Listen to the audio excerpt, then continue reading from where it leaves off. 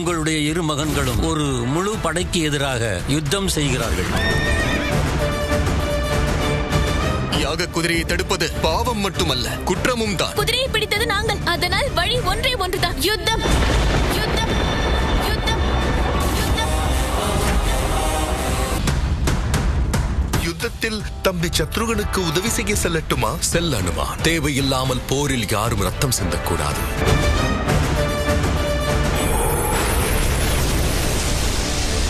வருண தேவனே, நீங்கள் இந்த இரு சிறுவர்களையும் கட்டி போடுங்கள்.